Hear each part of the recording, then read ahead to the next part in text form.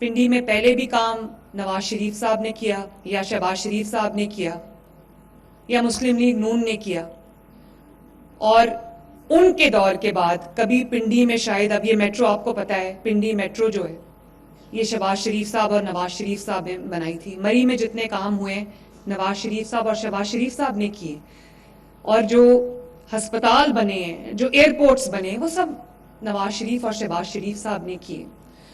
اور اس کے علاوہ کبھی کسی نے کہیں ایک اینٹ بھی نہیں لگائی.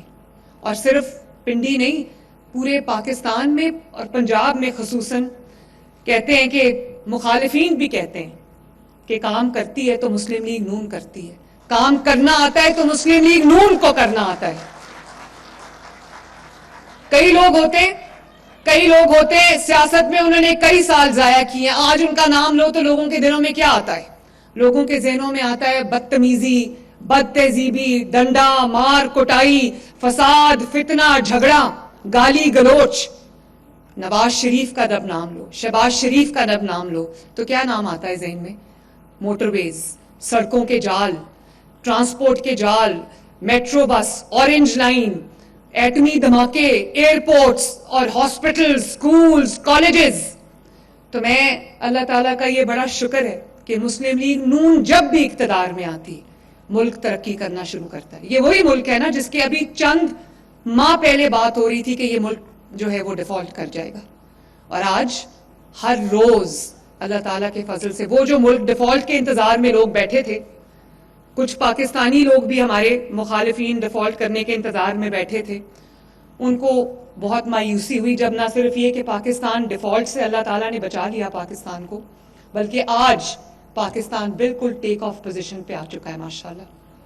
وہ ترقیاتی کام, ریکارڈ ترقیاتی کام جو پچھلے 1.5 سال میں ہوئے, ان کی شاید مثال نہیں ملتی.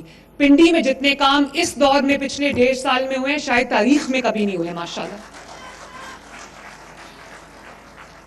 نون لیگ آتی ہے تو, ایک منٹ بچے پلیز, ایک منٹ پلیز. نون لیگ آتی ہے, نواز شریف کی حکومت آتی ہے تو ملک ترقی کرنے لگتا ہے. نواز شریف کی حکومت, مسلم لیگ نون کی حکومت جاتی ہے تو ملک پیچھے کی طرف جانے لگتا ہے.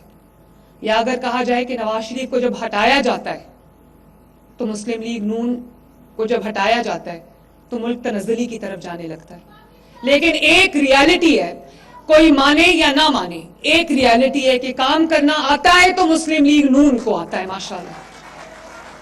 عوام کی خدمت کرنی آتی ہے تو مسلم لیگ نون کو آتی ہے.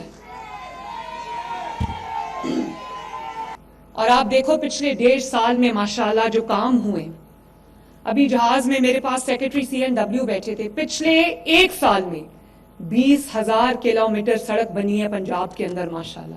کوئی شہر ایسا نہیں ہے جس میں سڑکوں کا جال نہ بچھا ہو. اور اب آپ جانتے ہو اس سال جو انٹر ویلیج روڈز ہیں, جو گاؤں کے اندر چھوٹی روڈز ہیں, چاہے وہ 2 کلومیٹر کی ہو, 3 کلومیٹر کی ہو یا 5 کلومیٹر کی ہو, 1000 سڑکیں اگلے 6 مہینے میں 1000 سڑکیں پورے پنجاب میں بننے جا رہی ہیں ماشاءاللہ.